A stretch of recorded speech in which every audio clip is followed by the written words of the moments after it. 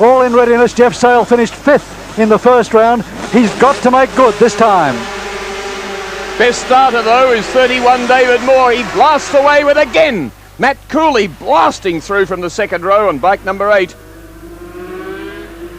and leads. So it's Cooley from Moore. Bike 30, Graham Morris in 3rd position. 21 bikes in all. And very, very closely spaced on this first lap of 20 kilometres around Baskerville. It's not Morris, it's Jeff Sale in 3rd position. Martin Renfree's hitting another bunch on 33, and you can see further back Graham Morris on 30. He's the one in the Scholastic team that's got the bad run this time. Moore comes out of the draft, goes for the run on bike 8, Cooley, and takes over the lead.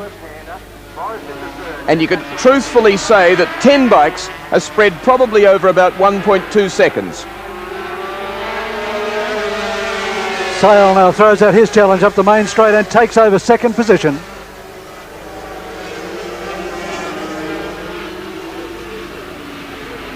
So Cooley goes back to 3rd place. And I didn't think there was any way that the great experience of Jeffrey Sale and cool, calm running as a rider there uses the feet to keep him on the bitumen. He was cranked over, and if he'd hit the dirt at that angle, he'd have been in a lot of trouble. Spearing off goes one of the bikes that was fairly well placed. Could it be Cooley? There we are, 31, 33. Is it Martin Renfree again? Yes. Martin Renfree, who crashed in the second heat at Sandown, the optician, who's turned motorcycle wrecker and racer. I mean, that he has a business of wrecking motorbikes, as well as perhaps at this moment an occupation. And planning to do 4 World Championship European Grand Prix later this year. David Moore is in the lead. Behind him is Jeffrey Sale with the red helmet on the first of the Scholastic Yamahas. Up to Winfield corner where that crash occurred.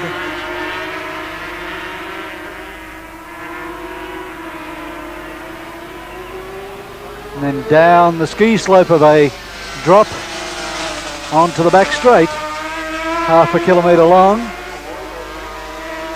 Moore is doing a great job. He took 4th overall on his 250 today in the 1000cc 2 heats, both over 10 laps.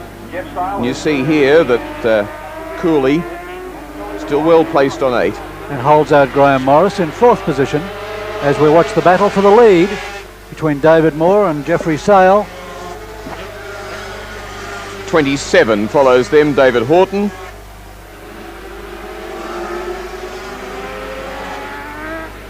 Moore doing a great job against Jeffrey Sale on 10. But Sale in no hurry at this stage. He wants to lead on the end of lap 10. Somewhere between the exit of the last corner of the finishing line will do him just fine. That's how, in fact, he won one of the races down at Sandown. His teammate Graham Morris there on 30s in 4th place. He's hard pressing Matt Cooley.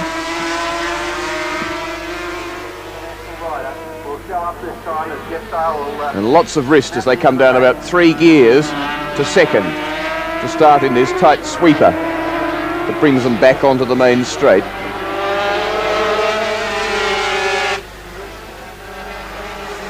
And still Cooley holds out Morris, and Horton on 27 heads Derek Foster on 2. That's the first 6 in behind this battle. David Moore and Jeffrey Sale for 1st place.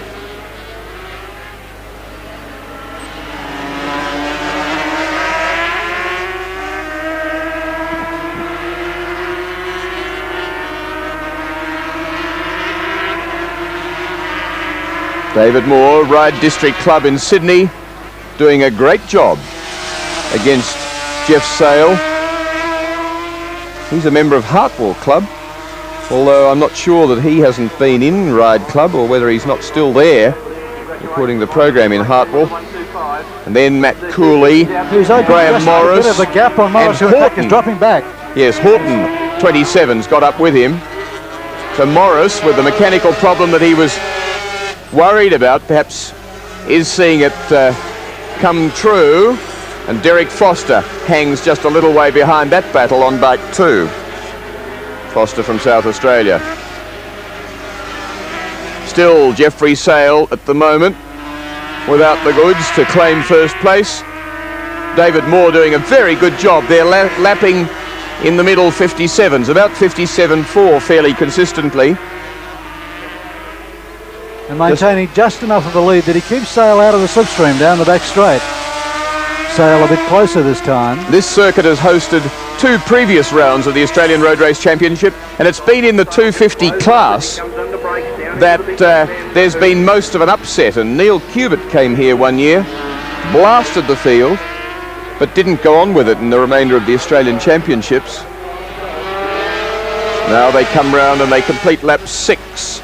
Lower 57s, about a 57.2, and Cooley is being very close hounded by Horton on 27, back in 3rd and 4th.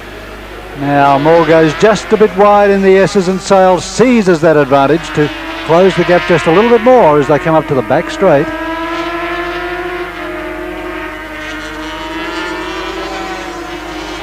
Now this time Sale wants to be perfect in his run down onto the half kilometre long back straight, because he's going to get into the slipstream with the opportunity to pull out of the draft and claim a braking duel at the other end. Is he close enough? The answer this time round, possibly not. The fast bikes down there lift the back wheels up, clear off the deck under brakes. It's a pretty tentative time for the riders. If they're not square, the back will come round on them as they go across the tough finish line. Jeff Sale down the inside, but will be squeezed out and will go back to 2nd place. Determined stuff by David Moore, sensible stuff by Jeffrey Sale. Had to give way, no purpose in bumping fairings on lap 8 in a 10-lapper. Not a lot of fun on lap 10, but at least there's some good reasoning for it then. Moore really does have his bike wound up, doesn't he? That Yamaha 250. And Sale claims a new 250cc lap record according to the official timekeepers of 56.96. So that takes almost 0.2 of a second off the Donny Osborne lap record set in this class 2 years ago here. As now Sale closes up again on the back of bike 31, David Moore. Up the main straight this time. 2 laps remaining. Horton now in front of Matt Cooley, and Graham Morris hanging on for 5th. Derek Foster's 6th on 2.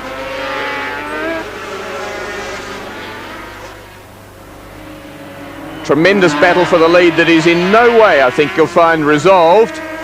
Jeffrey Sale won't give up. David Moore is responding beautifully, defending well, doing the times, but covering his lines as well, and he'd love to see a win. It would be his first in an Australian Championship heat. Jeffrey Sale knows first places only too well, and his big goal is the Australian round of the World Championship 250 Grand Prix at Phillip Island next year. That's what the man on bike 10's aiming for. He's been to Europe, desperately wants to compete in that race in Australia, as they go out now on their final. 2 kilometres remaining now, 8 corners to go for Jeffrey Sale to try and make some advantage on David Moore in the lead. Moore always late, goes out wide through the S's, and Sale always catches up just that little bit. But Moore seems to have enough grunt up this back hill. It can work well, because if Moore's just a touch slow and Sale has to lift, then he's the one that gets the bad run onto the straight, or that run up the hill. 53, one of them bikes that they'll be lapping, Shane Holmberg.